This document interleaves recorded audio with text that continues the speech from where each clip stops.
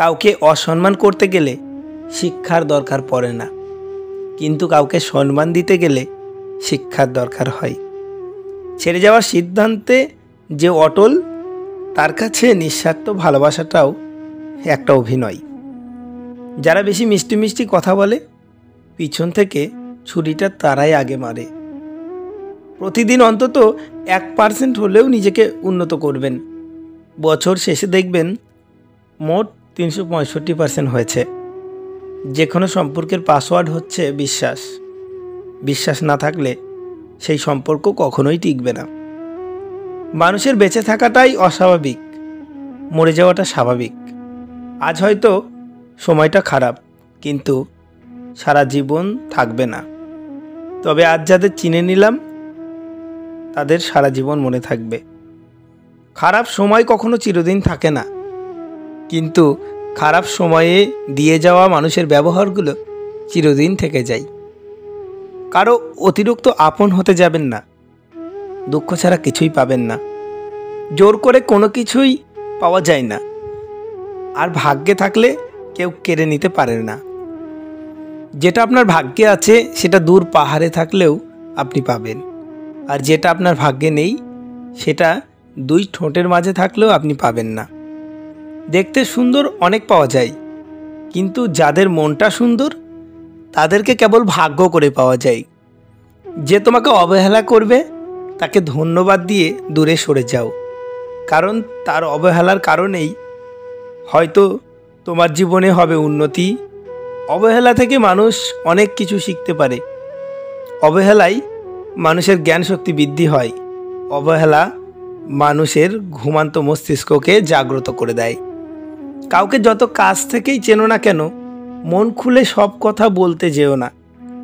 এই যুগে বিশ্বাসের মর্যাদা কেউ রাখে না। মনোবিজ্ঞানীরা বলেন, 1, কেউ যদি তুচ্ছ বিষয়ে অনেক হাসেন তবে সে ভিতর থেকে খুবই একা। 2, যদি কেউ অতিরিক্ত ঘুমায় তাহলে সে অসুখী। 3, যদি কেউ কম কথা বলে কিন্তু যেটুকু বলে খুব দ্রুত বলে, তাহলে সে কিছু গোপন করছে। 4, যে কাঁদতে পারে না সে দুর্বল প্রকৃতির।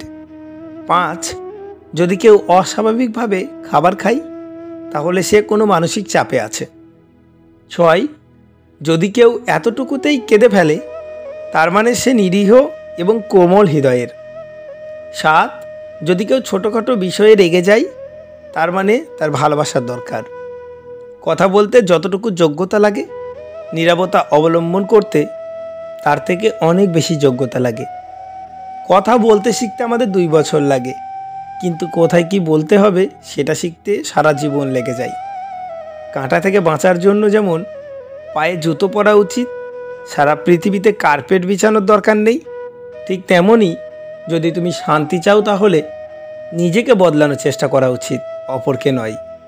সৎ এবং মহৎ লোকের সমালোচনা করা খুব সহজ, কিন্তু তাদের মতো হওয়াটা অনেক কঠিন। যারা তোমাকে নিয়ে সমালোচনা করে তারা তোমার মতো হতে চায় কিন্তু পারে না।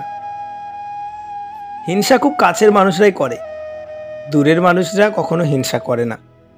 প্রেম করলে ঝগড়া হবেই, ঝগড়ার পর যদি আবার দুজনের মিল হয় তবে সেটা ভালোবাসা। আমরা সবসময় মনে করি আমাদের স্মৃতিশক্তি খুবই দুর্বল, কিন্তু যখন আমরা কাউকে ভুলতে চেষ্টা করি ঠিক তখনই বুঝতে পারি আমাদের স্মৃতিশক্তি কতটা শক্তিশালী।